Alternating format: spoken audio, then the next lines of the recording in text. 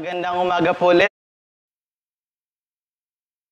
no, sa ating lahat, especially sa mga kanya-kanyang mga tahanan po. So, pagpasensyahan na po at nagkakaroon po tayo ng technical problem. Ganun po talaga kapag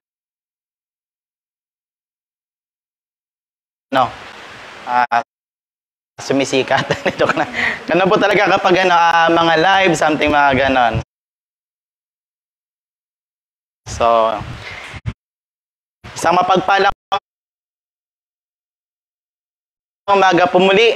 So ayun, salamat sa Panginoon at isa po itong pribilehiyo na makapag-share, makapagpahayag ng salita po na Diyos sa bawat isa. Nagpapasalamat ako sa Panginoon dahil muli ako po ay ginamit para maghayag ng kanyang salita. So yun, bago po ako mag-start, katulad ng sinabi ko ay nais ko po muna magpasalamat sa nakaraang linggo. Last week, nagkaroon po kami ng Pastors Conference. 6 po kami. Salamat sa Panginoon dahil sa ganong bagay, ang laking bagay po nun. Ang laki ng pakinabang po sa amin, ang laki po ng tulong po sa amin ng conference po na yon. Na-boost po yung aming, kumbaga, na-encourage po kami sa conference na yon, no? Na, syempre, challenge, no? Na kung paano tayo maghayag sa salita ng Diyos. So,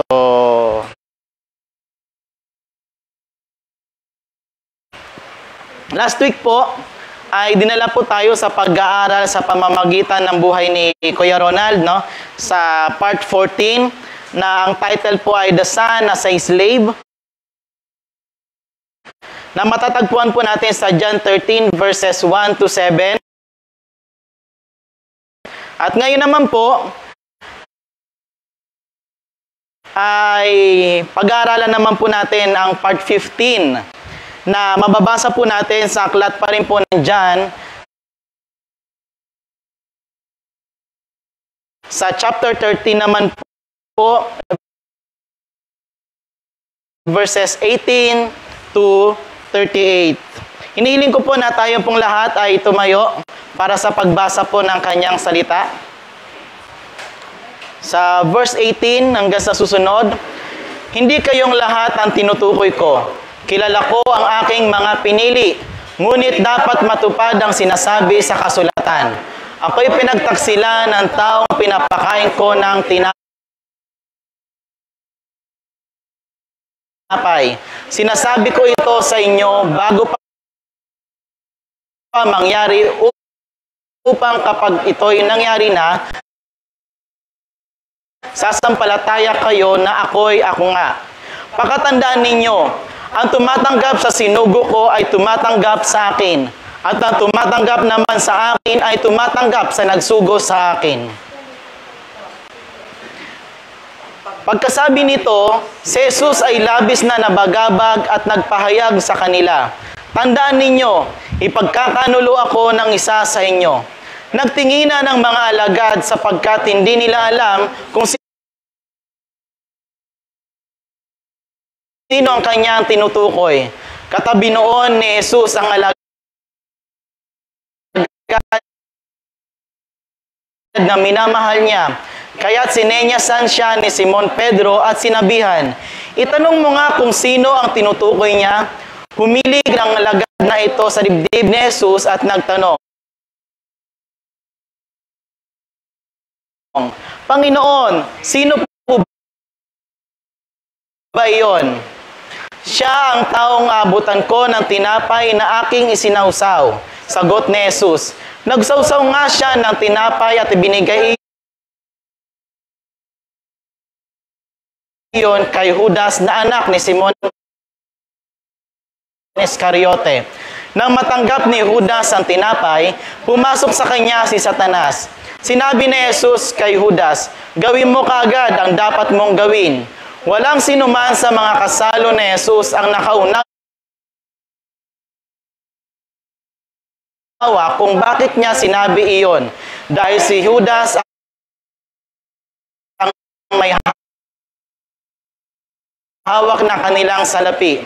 Akala nila ay pinagpabili siya na Jesus ng kakailanganin nila sa pagdiriwang, o kaya ay pinagbigyan niya ng limos ang mga dukha. Pagkatapos na Judas, kagad siyang umalis. Gabi na noon. Pagkaalis ni Judas ay sinabi ni Jesus, "Kayo'y luluwalhatiin ng anak ng tao, at sa pamamagitan niya ay luluwalhatiin ang Diyos. At kapag niluwalhati na sa pamamagitan ng anak ng tao, ang Diyos naman ang luluwalhati sa anak. At ito'y gagawin niya agad. Mga anak, kaunting panahon na lamang ninyo akong makakasama. Hanapin ninyo ako. Ngunit sinasabi ko sa inyo ngayon,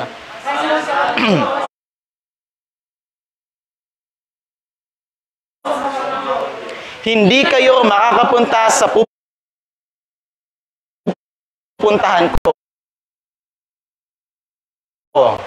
Isang bagong utos ang ibinibigay ko sa inyo ngayon. Magmahalan kayo kung paano ko kayo minahal. Gayon din naman, magmahalan kayo. Kung kayo'y may pagmamahal sa isa't isa, makikilala ng lahat na kayo'y mga alagad ko. Saan po kayo? Saan po kayo pupunta, Panginoon? Tanong ni Simon Pedro. Sumagot si Jesus, "Sa pupuntahan ko, hindi ka makakasunod ngayon. Ngunit sa susunod ka pagkatapos." Sumagot si Pedro, "Bakit po hindi ako makakasunod sa inyo ngayon? Buhay ko may iaalay ko para sa inyo." Sumagot si Jesus, "Iaalay mo ang iyong buhay para sa akin? Tandaan mo, bago tumilaok ang manok, 3 beses mo akong kakaila." Pinagpala na po ang salita po ng Diyos. Tayo po manalangin. Dakilang Diyos, muli kami ay patuloy na nagpapasalamat sa inyong salita na amin pong pag-aaralan ngayon. Maraming salamat o Diyos sa inyong patuloy na kahabagan. Maraming salamat o Diyos sa patuloy na inyong biyaya, inyong grasya sa buhay po namin o Diyos. Maraming salamat. At tunay nga po o Diyos, ito po yung patuloy po namin panalangin na every time na kami po ay nagkakasalo-salo upang ikaw, Panginoon, ay aming pag-aralan at ipahayag ang inyong salita. Ang panalangin po namin, yung karunungan o Diyos, ang ipagkalob niyo po sa amin. At hindi po yung karunungan o yung katalinuhan na taglay lamang po namin o Diyos. Tunay nga po aking pong patuloy na panalangin. Ang aking kahinaan o Diyos ay maging kasapatan ng inyong kalakasan, maging kasapatan ng inyong kapangyarihan, maging kasapatan ng inyong kaluwalhatian. O Diyos, ikaw yung maluwalhati. Ikaw yung may tanghal sa umagang ito. Kaya o Diyos, ang amin pong panalangin, ang katagumpayan sa gawain mong ito, o Diyos. Maraming salamat po, Panginoon. Purihin ka, o Diyos. Salamat po sa pangalan ni Jesus. Amen. Tayo po yung makakaupo na.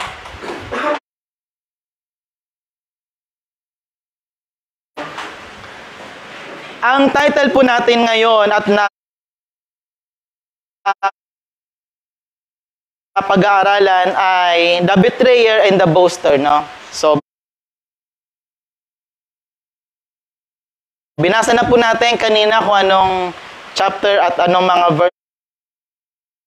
verses po yon. So, tingnan po natin yung pinaka-background po ng ating pinag-aaralan at ano po ba yung layunin ng ating pong pinag-aaralan. Nakikita po natin na lagi natin sinasabi about po sa layunin po natin na pagkakasulat ng aklat na ito na maipakilala si Jesus ay Kristo na anak ng Diyos. At ang sa pamamagitan ng pagsampalataya natin kay Jesus ay magkakaroon tayo ng kaligtasan. Yun po yung layunin, no, ng ating pag-aaral. At yun po yung layunin ng aklat ni Juan.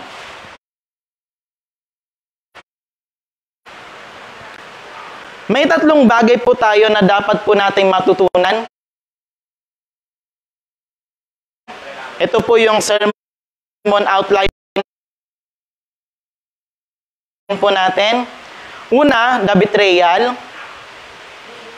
Pangalawa, the new commandment. At ang pangatlo po, the boast. Una pong pag-aralan po natin yung the betrayal. Na makikita po natin sa verses 18 to 30. Muli po, basahin ko po. Hayaan niyo po ako na magbasa.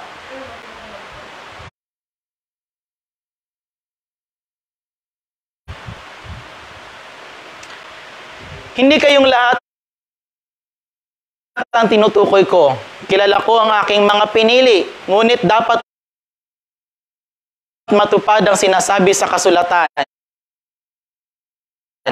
Ako'y pinagtaksilan ng taong pinapakain ko ng tinapay. Sinasabi ko ito sa inyo bago pa mangyari upang kapag ito'y nangyari na, sasampalataya kayo na ako nga. Pakatandaan ninyo, ang tumatanggap sa sinugo ko ay tumatanggap sa akin. At ang tumatanggap naman sa akin ay tumatanggap sa nagsugo sa akin. 21. Pagkasabi nito, si Jesus ay labis na nabagabag at nagpahayag sa kanila. Tandaan ninyo, ipagkakanulo ako ng isa sa inyo. Nagtinginan ng mga alagad sapagkat hindi nila alam kung sino ang kanyang tinutukoy. Katabi noon ni Jesus ang alagad na minamahal niya, which is si John nga po yun, si John the Beloved. Kaya't sininyasan siya ni Simon Pedro at sinabihan, itanong mo nga kung sino ang tinutukoy niya. Humilig ang alagad na ito. Tama ba, humilig? Humilig ang alagad na ito sa dibdib ni Jesus at nagtanong, Panginoon, sino po ba yun? Sa 26, siyang taong abutan ko ng tinapay na aking isinausaw. Sagot ni Jesus, nagsausaw nga siya ng tinapay at ibinigay iyon kay Judas na anak ni Simon Iscariote. Na matanggap ni Judas ang tinapay, pumasok sa kanya si Satanas. Sinabi ni Jesus kay Judas, gawin mo kaagad ang dapat mong gawin. Walang sino man sa mga kasalo ni Judas, ni Jesus, ang nakaunawa kung bakit niya sinabi iyon. Dahil si Judas ang may hawak na kanilang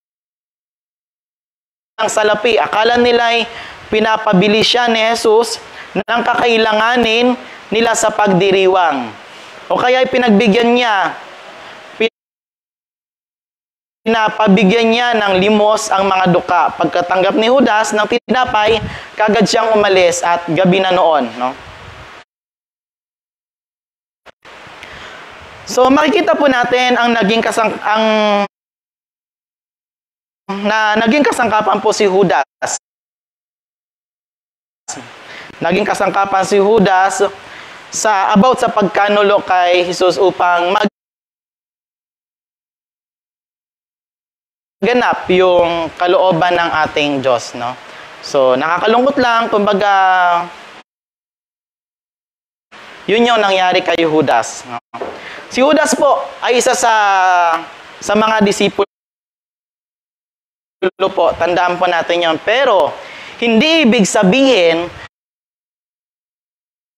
na siya rin ay pinili, no? Hindi ibig sabihin na siya rin ay pinili sa kaligtasan. Pinili siya bilang isa sa mga disipulo, pero hindi ibig sabihin na siya din ay pinili sa kaligtasan. Yun yung nakakalungkot doon, no? Sabi nga po sa Matthew 26 verse 24, papanaw ang anak ng tao ayon sa nasusulat tungkol sa kanya, subalit kahabag-habag ang taong magkakanulo sa kanya. Mabuti pa sa taong iyon ang hindi siya ipinanganak. Nakakalungkot pong isipin at napakasakit pakinggan. Pero tandaan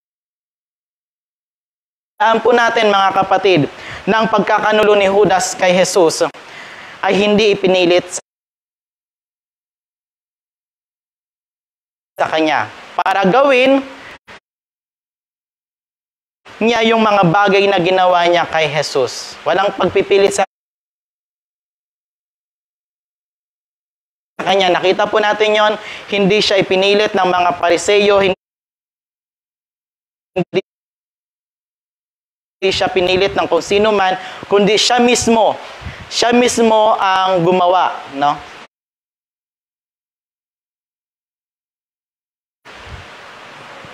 Dahil una pa lang, makikita po natin na nasusulat po sa Lumang Tipan. Tandaan po natin na ang mga lumang tipan na hindi po dapat natin baliwalain in relation po sa bagong tipan. At ito po ay propesiya sa kanya kung ano po yung mangyayari kay Judas, no? Sabi po sa Psalms 41:9, lubos akong nagtiwala sa tapat kong kaibigan. Kasalo ko sa tuwing na karami sa anuman, ngunit ngayon lubos siyang naging taksil na kalaban. So, ibig sabihin, noong una pa man din pala ay naisulat na yung mangyayari kay Judas at kung ano yung gagawin ni Judas, no?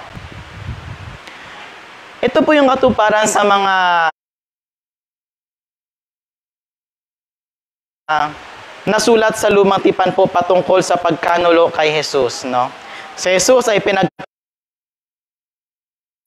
upang ipapako sa krus para sa atin pong kaligtasan. So ito pong lahat ay layunin at kalooban ng ating Diyos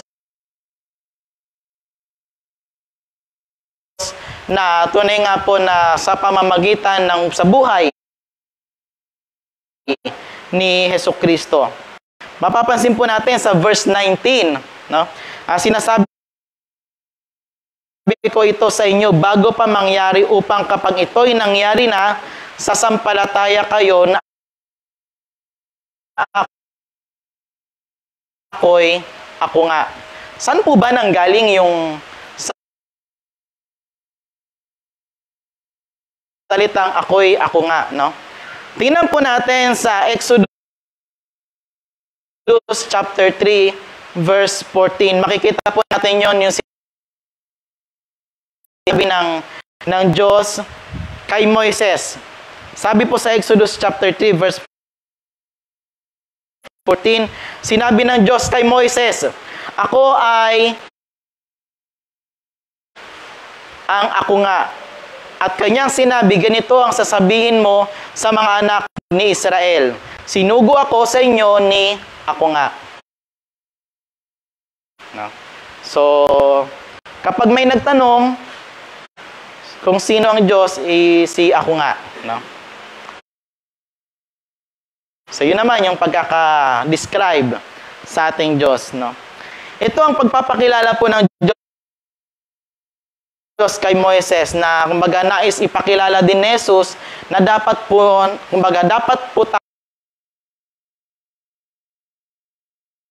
tayong sumampalataya na siya ang Diyos. Siya po yung dapat nating sambahin at luwalhatiin. Wala nang iba kundi tanging siya lang po. Kumbaga si ako nga. Siya nga po yung dapat po nating sambahin at luwalhatiin. Wala na pong iba. Dito po sa verse 21, sabi po dito na niya, kumbaga, sinabi sa lahat na siya ay pagkakanulo ng isa sa kanyang mga disipulo. No? So, pero, pansinin po natin bago sinabi ni Jesus po, no, na siyang ipagkakanulo sa part po na ito. Sabi po niya, na siya ay nabagabag. Yon. Nabagabag yon. No? Kung matatandaan po natin sa previous chapter po na ating pong pinag-aralan dati, na siya po ay nabagabag, no? Doon sa verse chapter 12 verse 27. Ang sabi po niya dito, ngayon ay nababagabag ang aking kaluluwa. At ano ang aking sasabihin? Ama, iligtas mo ako sa oras na ito. Ngunit dahil dito, ay dumating ako sa oras na ito. No? Yun po yung sinabi po doon sa chapter 12, verse 27. So, siya yung tandaan po natin na that time, nasa katawang tao po siya. Mapapansin po natin na kumbaga nakakaramdam na ng pagkalungkot, no? Pagkalungkot o pagkatakot ba? O kumbaga pagkabahala na siya ay nalalapit na sa kanyang misyon dito sa lupa. No? Na ito naman po ay kalooban ng Amang nasa langit. And then after sabi ni Jesus na isa sa kanila ang magkakanulo sa kanya, agad parang na-shock po yung disipulo niya na kumbaga parang nagbubulong-bulungan sa bawat isa, no? Kumbaga, sino nga ba naman ang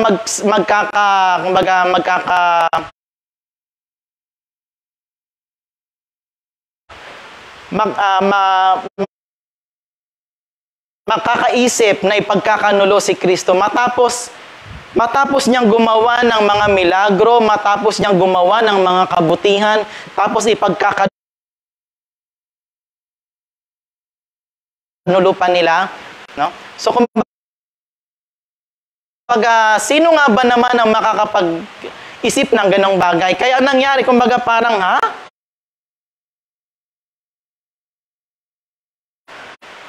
may isa sa atin na magkakanulo. Parang kakaiba, diba? So, katabi niya noon ang kanyang alagad na minamahal po, si Juan, na siyang author din po ng Gospel of John. At ito siya po yung, minamahal na na disipulo. Maging si Judas din, ay si Judas, maging si Jesus din po pala, no? May paborito. May favoritism. Pero syempre, that time,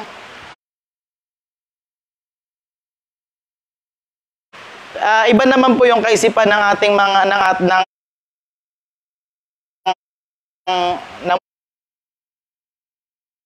mga tao, no? Nating mga tao sa kaisipan ng Diyos. So ibig sabihin, iba naman yung conception na sinasabi niya dito na kanyang disipulo na minamahal. So ibig sabihin, hindi pala niya minamahal yung iba, hindi po. Ibig sabihin lang, kumbaga binigyan niya ng binigyan niya ng focus, hindi naman binigyan ng focus, kumbaga mas minahal niya si Juan, no, that time. Pero hindi ibig sabihin na katulad ng conception natin bilang isang tao na may favoritism po siya. So hindi po yon. Alam po natin at alam po ng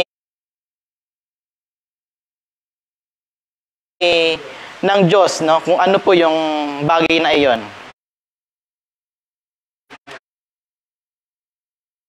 So alam po natin na si Peter ay parang kumbaga mapusok, kumbaga, no? Mapusok, masyadong mainit.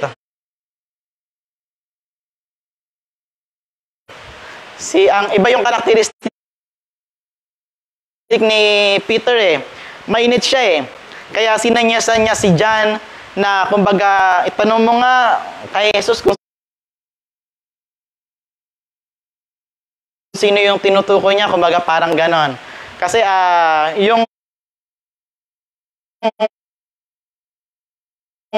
yung setup nila, katulad ng pinag-aralan natin last week, na hindi naman sila nakaupo, na parang mga professional at talagang komportable na nakaupo sa isang upuan sigaan sa isang table, no? So that time, wala silang upuan. Kumbaga lang sila, nakasandal, nakaupo sa lapag, no? Na may unan. So, ibig sabihin, may pagkakataon na parang, alam mo yung parang naka-at-is lang sila, na parang oy, tanongin mo nga si Jesus kung sino nasabi niya. Parang ganon, no? Alam natin kung ano yung ugali o karakteristik ni Peter, no? Masyado mapusok, mga ganong mga bagay, no?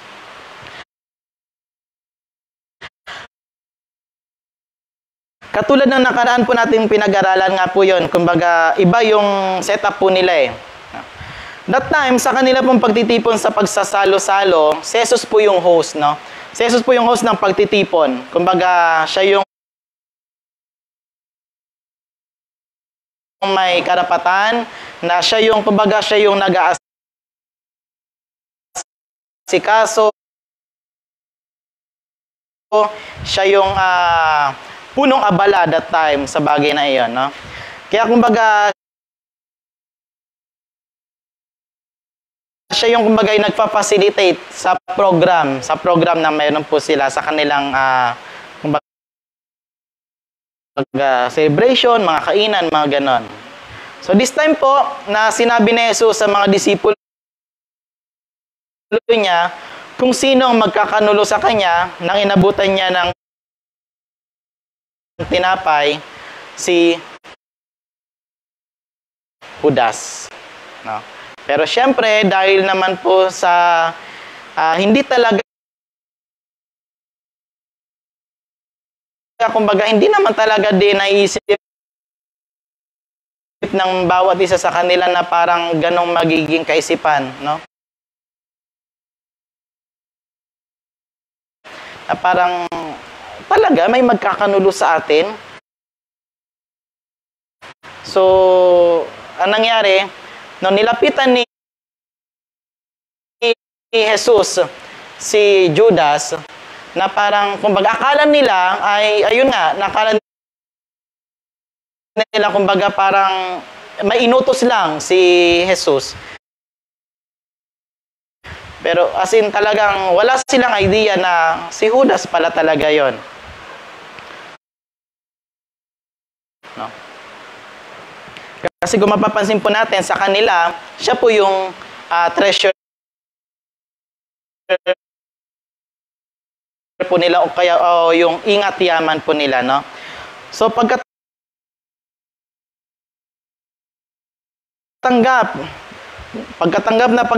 po ni Judas ng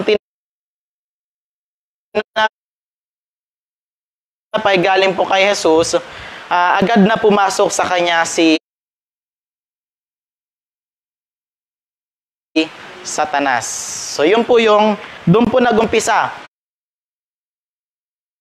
yung kaisipan na pumasok kay Judas,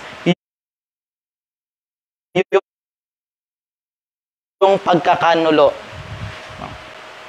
Then right after matanggap ni Judas ng tinapay, umalis po agad siya.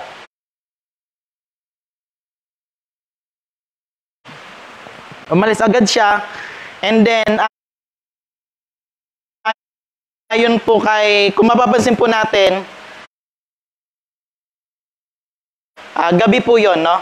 Gabi at kumbaga gabi rin sila po nagkaroon ng gawain. Tininan po natin sa commentary, no? Ayon po kay Warren Wiersbe, sabi po niya, signifying the darkness of Judas' heart and the fact that this was the hour for the power of darkness, no? So makikita rin po natin yan sa Luke 22:53.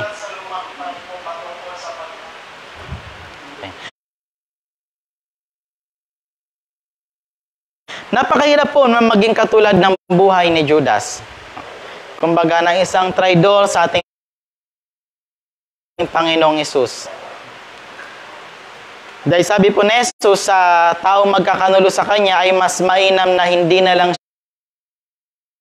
siya ipinanganak, no? So, parang masakit yung ganong bagay. Nakakatakot na kuminsan dahil sa ating kagustuhan, minsan mas pinipili pa natin yung sarili natin,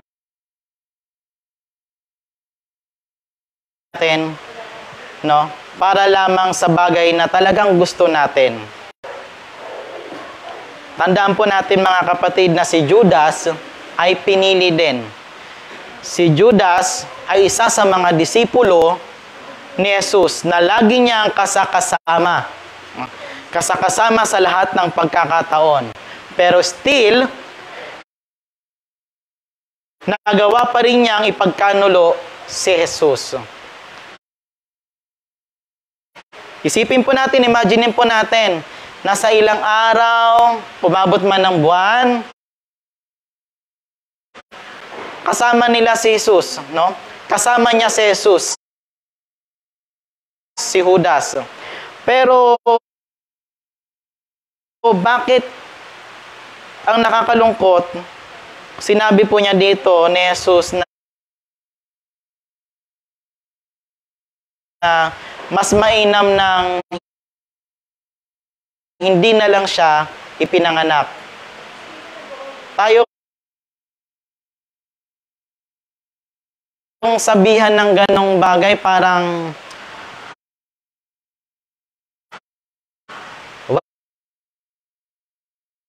wow. Ang sakit po nun. Masakit po yun, no? Maging sa pag-aaral ko po itong salita po niya, bigla kong na-realize na pag ako kaya sinabihan ng ganong bagay na sana hindi lang ako ipinanganak dahil sa ginawa kong pagkakasala? Parang hirap, no? Napakasakit yun yung ganong bagay.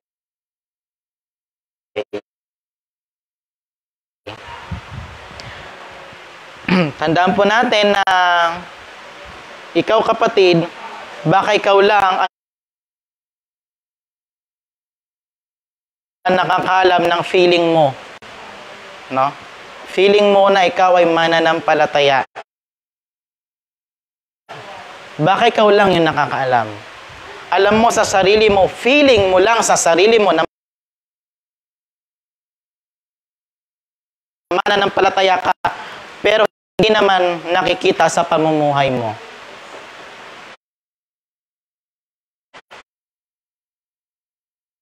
Ang nakakatakot, baka isa ka sa katulad ni Judas. Nasasabihin na sana hindi ka na lang nabuhay. No? Napakasakit mga kapatid. Tandaan po natin, si Judas kasama niya si Kristo ng matagal na panahon. Tayo bilang isang mananampalataya, ilang taon na tayong mananampalataya. Akala natin na tayo mananampalataya. Akala natin na talaga tayo ay sumusunod sa Panginoon, sumusunod sa Diyos. No? Pero masakit pakinggan na katulad ni Judas, sana hindi ka na lang nabuhay.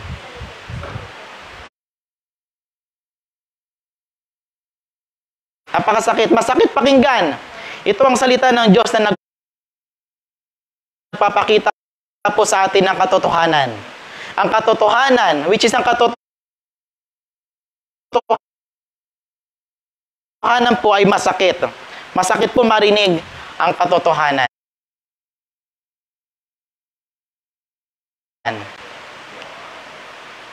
Punta po tayo sa pangalawang bahagi sa The New Commandment na matatagpuan po natin sa verses 31 to 35. Sabi po sa verse 31 hanggang sa susunod, nang siya'y makalabas na, ay sinabi ni Jesus, ngayon ay niluwalhati ng anak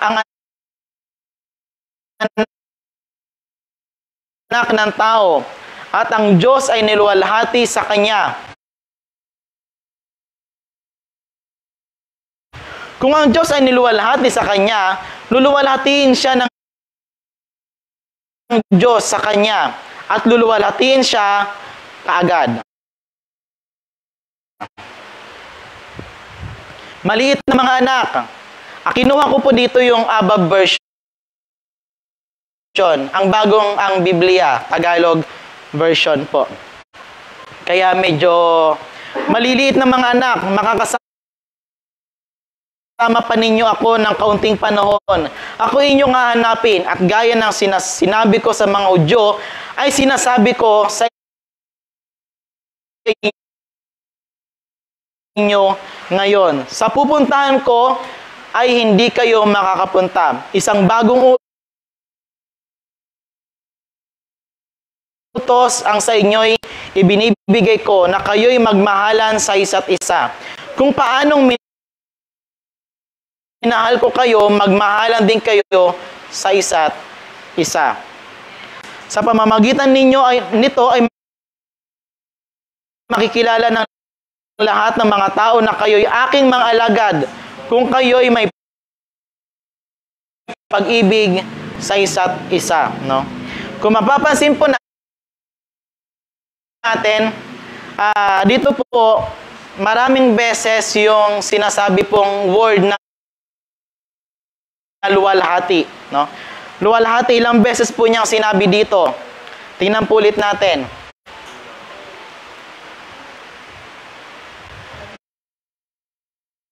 Sabi po niya dito, Nang siya'y makalabas na, ay sinabi ni Jesus, ngayon ay niluwalhati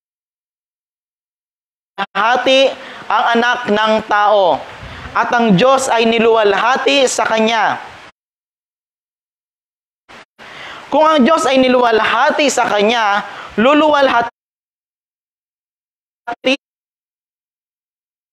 din siya ng anak, siya ng Diyos sa kanya. At luluwalhatiin siya kaagad. So, ibig sabihin po, 5 beses. 5 beses po, sinabi po yung luwalhati po sa verse, sa aklat pong ito, o sa chapter pong ito, no?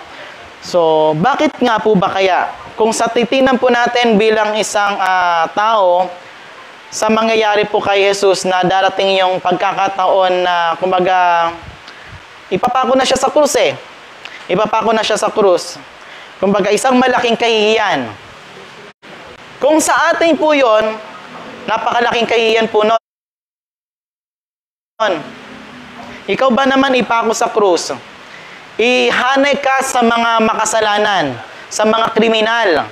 And then, paparusahan ka sa lahat ng madla. No? Sa maraming tao, talagang nakakawala ng moral.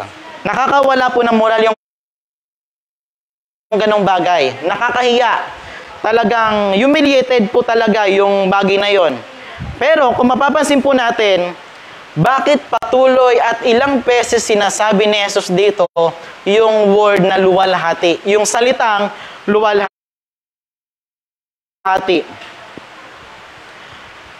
Pero tingnan po natin, ngunit kay Jesus po, isang kaluwalhatian ang mangyayari sa kanya.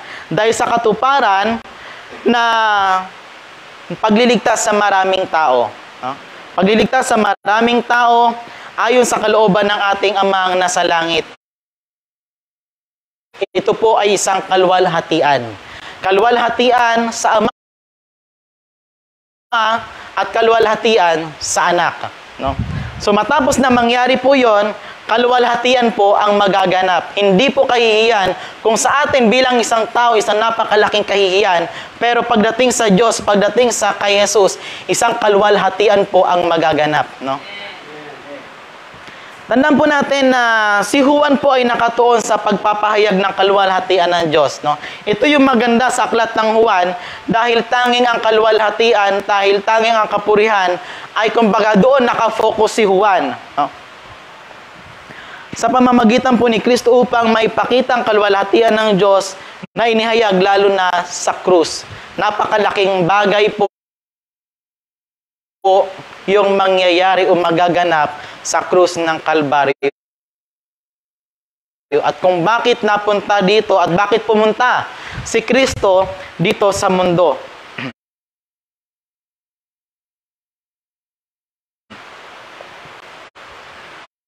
Kumbaga, yun po yung kaganapan. Yun po yung kaganapan ng kanyang misyon at hindi po yun isang kahihiyan kay Jesus. Yun po ay kaganapan na ang magbebenepisyo po ay tayong mga mananampalataya. Tayong mga kanyang ililigtas. No? Sinabi rin po dito ni Jesus sa mga disipulo niya na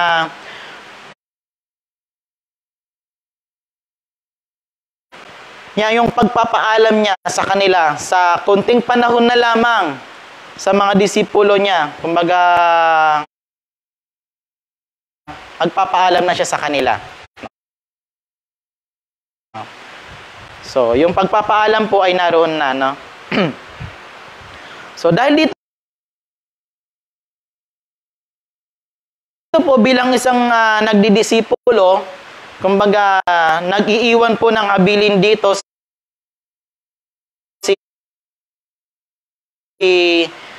yung nagdidisipulo. Hinahabilinan yung mga dinidisipulo. No? So, para sa mga dapat po nilang gawin, dapat po nilang ipagpatuloy, no? So, dito po, si Jesus po ay nag-iwan ng bagong utos sa mga alagad niya na magmahalan sa bawat isa. No? So, kumbaga, nakaka-touch yun, no? Kung tayo ay dinidisipulo ng sino man, tapos kung siya ay aalis, kumbaga, sapat na that time yung ginawa ni Kristo, ginawa ni Jesus sa buhay ng mga buhay ng mga disipulo.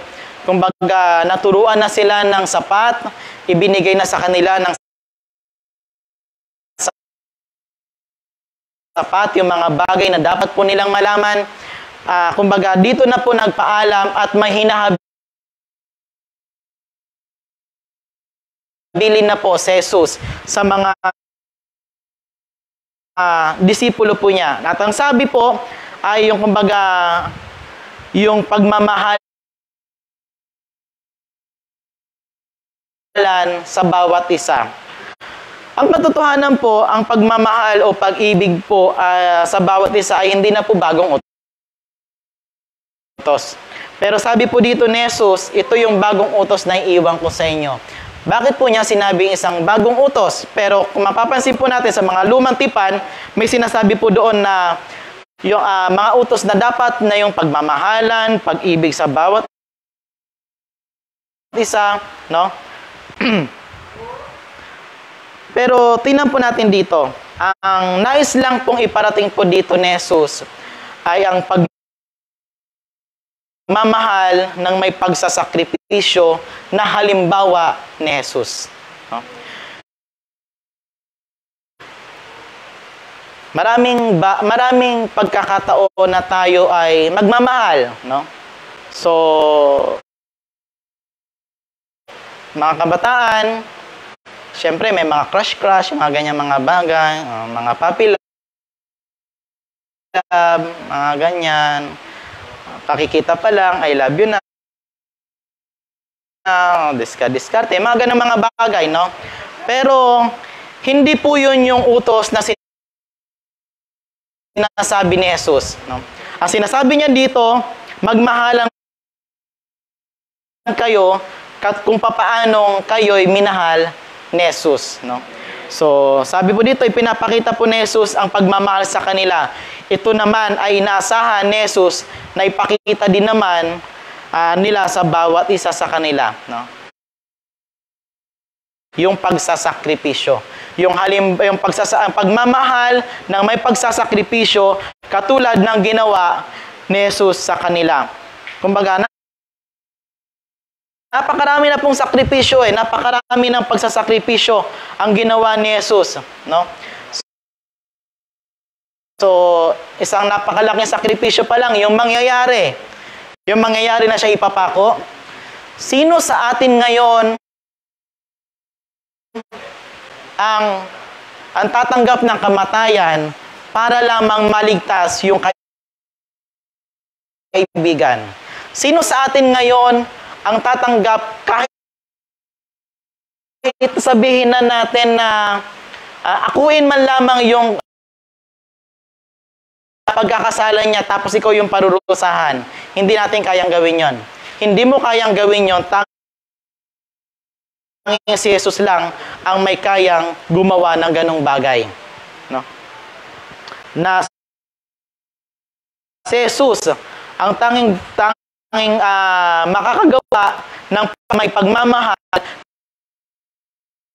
ng may pagsasakripisyo. Sabi po dito, dahil dito po mas may papakita po natin. Ngayon mas may papakita po nila yung tunay na alagad ng Panginoon. Kung ipapakita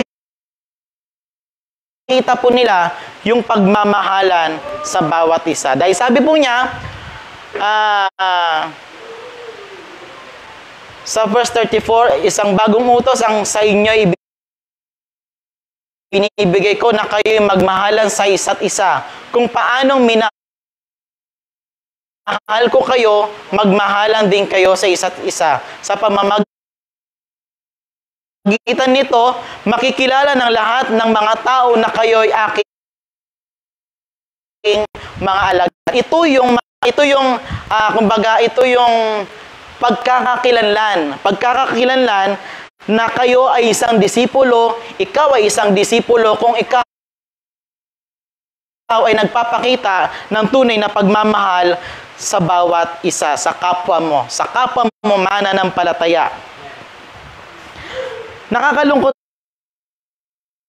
lang po kahit sa loob ng iglesia po minsan na hindi po maipakita ang tunay na pagmamahal na katulad ng pagmamahal na ipinapakita po ni Jesus na pagsasakripisyo. Yun po yung nakakalungkot po doon. Na kung minsan parang alam mo yung kung sa loob na lamang ng iglesia, hindi maipakita yung tunay na pagmamahalan kasi hindi natin tinitingnan ang mga karamihan sa mga iglesia ngayon na napakalaki, So, labas-pasok lang. Labas-pasok ang mga miyembro. So, hindi naman po yan lahat ng mga miyembro ay magkakakilala. So, yun yung nakakalungkot pong sa ngayon na kumbaga parang yun yung kakulangan. Yung tunay na pagmamahalan bilang isang pamilya. So, minsan, kahit sa maliit na bagay po, kahit sa simpleng pangangailangan ng mga kapatiran po natin, kahit alam natin na mayroon naman tayo, kumbaga, hindi naman tayo tumutulong sa kanila. Yun yung nakakalungkot doon. So, kung sa mga kapatiran po natin, hindi naman lahat, Kung sa mga kapatiran po natin, hindi natin maipakita yung tunay na pagmamahalan, how much more sa labas ng iglesia. Sabi po, in terms of sakripisyo, sa atin po bilang isang mananampalataya, sabi po dito, hanggang saan mo maipapakita ang pagmamahal mo sa kapatiran mo. Na kahit minsan, napakahirap gawin. Pero kailangan mong gawin dahil mahal mo siya.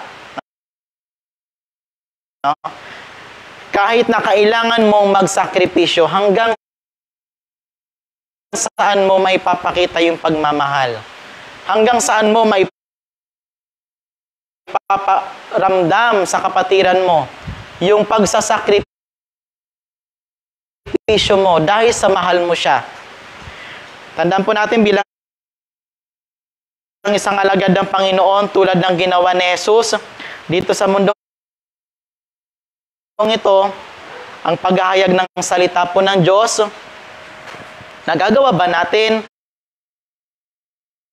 na maghayag ng salita po ng Diyos sa ibang tao?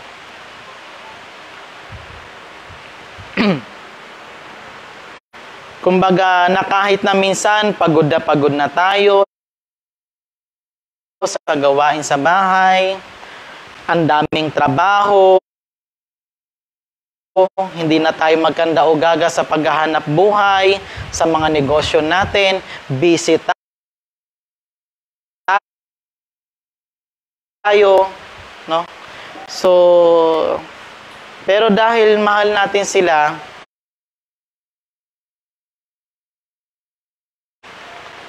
kahit pagod na tayo mga kapatid, kahit pagod na tayo sa trabaho, o iba pang mga gawain sa bahay, pagod na tayo sa paghahanap buhay,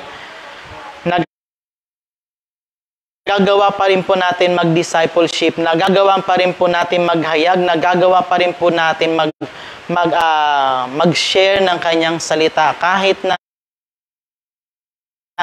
pagod na tayo, yun po yung tinatawag po nating pagsasakripisyo. Na kahit na kung minsan sa sarili mo na lamang gusto mo na magpahinga dahil pagod ka na sa trabaho, pambihira, linggo na nga lang yung pahinga ko,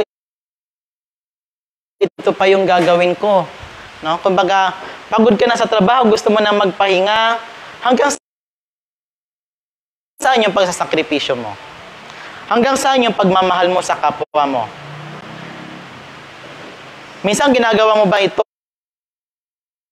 O dahil sa katulad ng pinag-aralan namin kahapon, no, sa mga youth, ginagawa mo ba ito dahil sa isang tradisyon na lamang?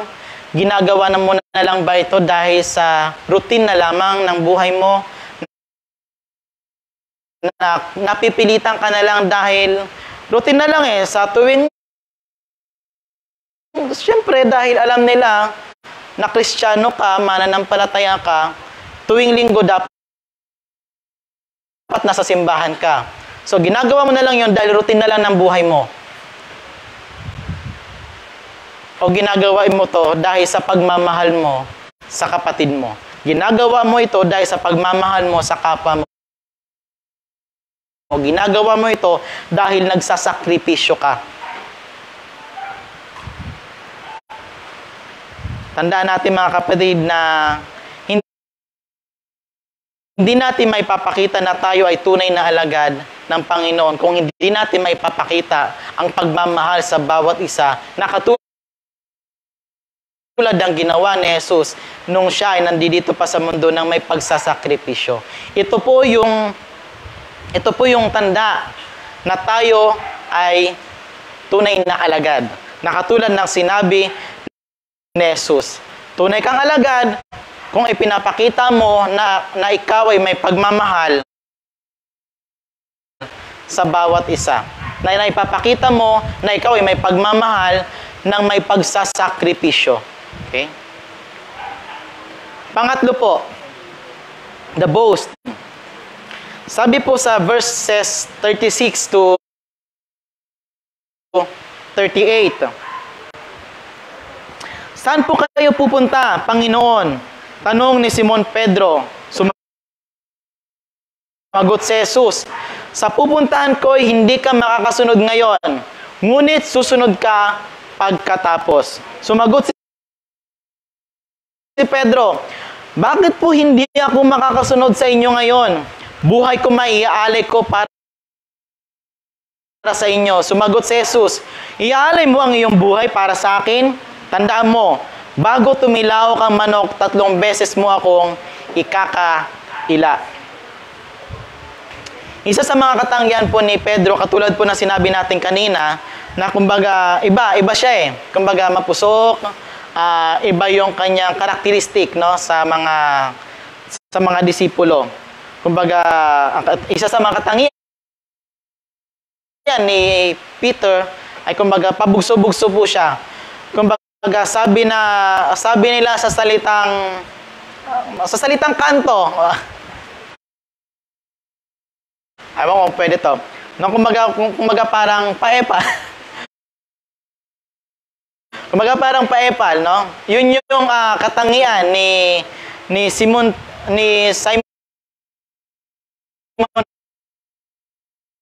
Peter that time, no? Na kumbaga, di ba nga, nung sinabi niya na, tanong mo nga kay Jesus kung sino yung sinasabi niya. Dito naman, iba. No? So talagang siya yung nagsabi na,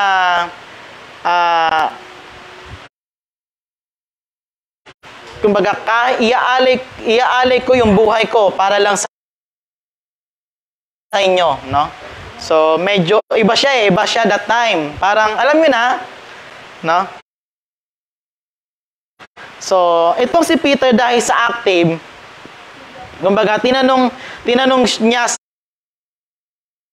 Jesus kung saan ba siya talaga pupunta, no? Kung saan siya pupunta. Dito na po ipinahayag ni Jesus ang magiging testing, no? Magiging testing and failures niya na darating, no? So, yun po yun. Kung si Judas ay kakaiba yung nangyari, may kakaiba rin naman yung nangyari dito dito kay Peter. Pero iba po yung nangyari iba po yung pangyayari kay Judas sa pangyayari naman po kay Peter. No? So dito na po inihayag ni Jesus yung magiging testing, no? Yung magiging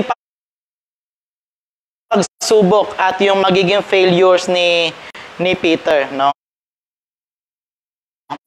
So, pero dahil po sa wala siyang idea talaga, no? Wala siyang idea,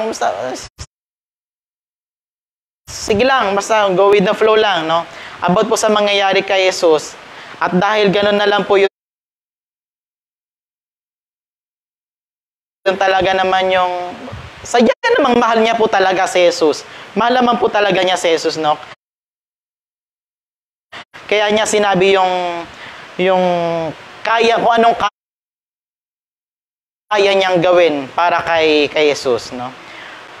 Pero dahil sa bagay na ito, kumbaga lumabas yung kanyang pagmamayabang lumabas yung kanyang pagmamayabang na kahit sarili niyang buhay ay iaalay niya para sa Panginoon, no? Ang which is ang katotohanan, hindi mo talaga kayang ialay ang buhay mo. Kaya nga si Kristo yun ang ginawa. Hindi mo kayang ialay ang buhay mo para sa ibang tao. Dahil ikaw, hindi tayo katulad ng Diyos, hindi tayo katulad ng kaisipan ni Jesus na kayang ialay ang buhay natin para sa iba. No? So, kumbaga, ikaw na magsasabi ng ganong bagay sa kasama mo, parang yabang parang ganon, alam mo yung parang talaga lang ibibigay mo talaga. Kaya ito po yung naging sagot ni Jesus. Sabi po niya, ialay mo ang iyong buhay para sa akin? Parang talaga ba? Di wow, parang gano'n, no? So, ipinakita po ni Jesus dito yung nirebuke din po siya about sa sinabi niya kahit buhay pa niya ay iaalay niya para kay Jesus. Kasi ang katotohanan, hindi po talaga niya kayang iaalay ang kanyang buhay para kay Jesus. No? Hindi po natin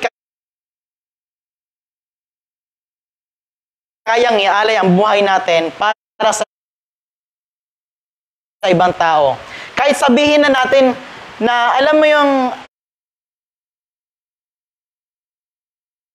mahal ko ang Diyos, mahal ko ang Panginoon sa buhay ko.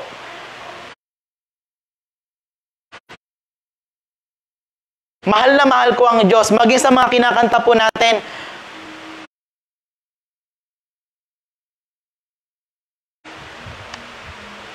yung patungkol sa mga temang pagmamahal, mahal na mahal kita, Panginoon. Tapos yung iba naman, may mga kanta tayong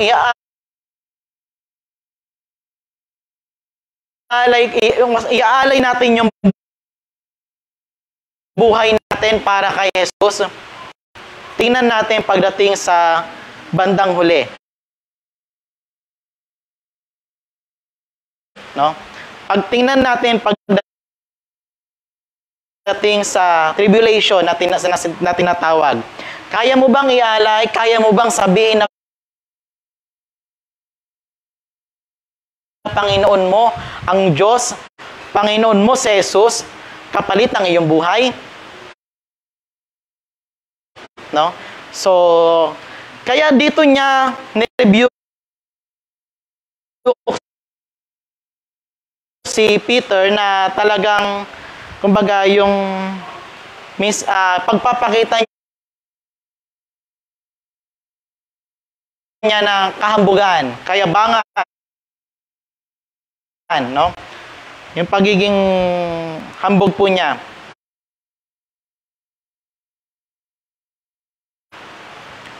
So, dito sinabi ni Jesus kung ano ang tunay na magagawa niya sa panahon na ipapako na si Jesus, no? Kumbaga, ang pagkakaila ni Pedro sa kanya. Ito niya na po yun. No? So, minsan po, minsan napapakita po natin ito sa Diyos ang ating kayabangan kung minsan. Sabi ko nga rin po kanina, yung minsan napakataas ng ating self-confidence, no? Parang iba tayo. Hindi maalis po sa atin yung sasabihin natin na talagang mahal natin ng Diyos, no? Dahil kumbaga, minsan may pagkakataon na by feeling na lamang yung nararamdaman natin. Parang redundant ata. By feeling na lamang yung nagagawa natin, yung kumbaga nasa atin. Kaya kung minsan sinasabi natin sa sarili natin, kahit buhay natin iaalay natin para sa Panginoon. Pero bakit pagdating sa mga problema, parang nagiging iba tayo? No? May mga pagkakataon na kung minsan, kunting problema lang, alam mo yon na, o Diyos, bakit ganito? Bakit ganito yung ibinigay mo sa akin? Bakit ganito sa lahat ng mga tao? Ang daming mga salbaheng mga tao diyan. Naglilingkod naman ako sa inyo. No? Naglilingkod naman ako sa inyo. Tagal ko ng mananampalataya. Pero bakit sa akin pa nangyari ito? Tandaan po natin sinubok si Pedro. No? Sinubok si Pedro. Hindi lang akala niya, siyempre, kapag nalaman ng maraming tao na isa siya sa mga kasamahan ni Jesus, ay baka ipako din siya, no? So, pero hindi po yun yung nangyari, no? So, kumbaga maging sa buhay nga po natin, katulad ng sinabi natin kanina, na minsan lumalabas yung kayabangan natin. Lumalabas yung kayabangan natin na minsan naman talagang hindi naman natin talagang maibigay o maipakita o magawa, no? So, katulad na sinabi natin kanina bilang isang halimbawa na alam mo yon na ang laki-laki ng problema, ang laki-laki ng pagsubok na dumating sa atin. Tapos sinasabi natin na sa ating praise and worship, sa ating panambahan na Lord, mahal na mahal kita. Ang buhay ko maiaalay para sa inyo. Pero pagdating sa kalagitnaan ng pagsubok, kalagitnaan ng napakalaking pagsubok, pero bakit sinasabi natin na alam mo yung parang, O Diyos, bakit sa akin pa nangyari to? Sa napakaraming salbahe, sa akin pa talaga.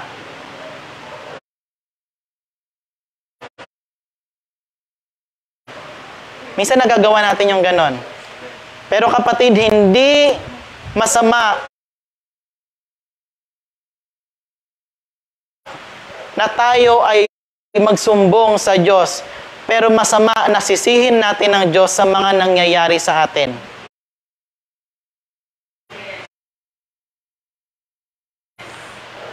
Kapatid, hindi dumarating sa buhay po natin yung mga pagsubok.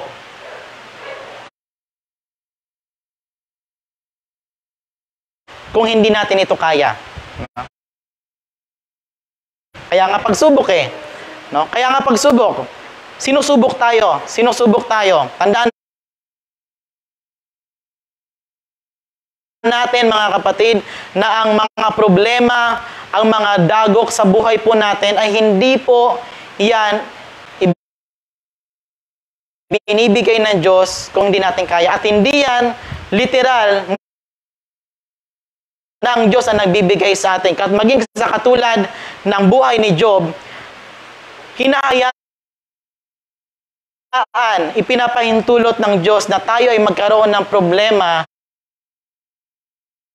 na ibigay sa atin, ibagsak sa atin ang problema ni Satan para lamang subukin tayo ni Satan na talagang sasambahin mo ba ang Diyos mo sa kabila ng mga ganitong bagay? No? So, yun po. Kaya, wag po tayong magmayabang. Wag po tayong masyadong mataas ang ating self-confidence na kaya natin maging ang buhay natin ay pagkakaloob natin sa Diyos. Magandang bagay po na lahat na po pwede nating magagawa po natin sa abot ng ating makakaya, at tandaan po natin, hindi natin kayang gawin yung mga bagay na ginagawa po natin ngayon kung hindi dahil sa grasya at biyaya po ng ating Panginoon. Hindi dahil sa biyaya at grasya ng ating Diyos. Hindi mo kaya dahil ikaw ay mahina. Hindi mo kaya dahil ikaw ay tanging tao lamang. Hindi ka Diyos. Nagagawa mo ito dahil sa biyaya at habag ng Diyos lamang, mga kapatid. Kaya hindi mo pwedeng sabihin na ikaw ay kaya mong ibuwis ang buhay mo para sa Diyos. Huwag kang magmayabang sa harapan ng Diyos. Huwag mong itaas ang sarili mo sa harapan ng Diyos dahil ang katotohanan hindi mo kaya kung sa sarili mo lamang. Maaring kaya mo yung mga mabibigat na mga problema, maaring kaya mo, pero hindi mo kaya sa sarili mo lamang. Katulad ng sinabi natin kanina, kinakaya mo ito, nakakaya mo ito dahil sa lakas na ibinibigay sa atin at dahil sa biyaya na ibinibigay sa atin ng Diyos. Malakas tayo, mayroon tayong nagpapatuloy tayo sa takbuhin ng ating buhay, sa takbuhin ng ating pananampalataya dahil sa biyaya at habag lamang po, dahil sa grasya lamang po ng ating Panginoon. Sa grasya lamang po ng ating Diyos sa buhay po natin, no? At sa pagsama po sa atin ng ating banal na Espiritu, at tayo ay kanyang ginagabayan, no?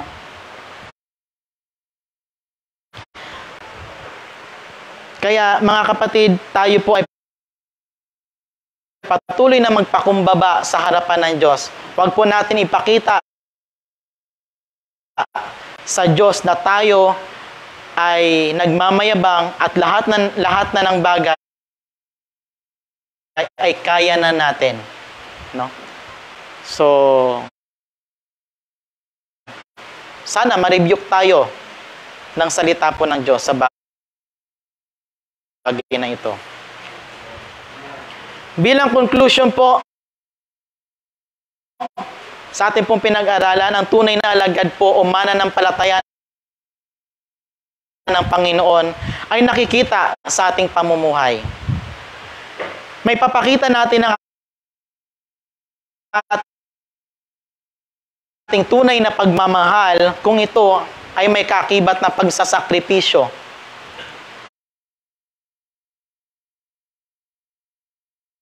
Tulad ng halimbawa ni Jesus. Wala tayong kayang ipagmayabang sa harapan ng Diyos. Bilang isang application po sa ating po na pag-aralan, paano mo may pakita bilang isang mananampalataya na ikaw ay isang tunay na alagad o tagasunod ni Kristo? Sa buhay mo, kapatid, paano mo may papakita? Kaya mo bang magsakripisyo alang-alang sa Kanya? Anong pagsasakripisyo ang kaya mong ibigay para kay Kristo? Tayo po'y manalangin. Dakilang Diyos, muli kami ay nagpapasalamat o Diyos sa inyong salita. Kami ay nagpapasalamat dahil kami nga po ay nakapag-aral ng inyong salita. O Diyos, salamat sa rebuke na ibinigay niyo po sa amin. Salamat sa pagtutuwid.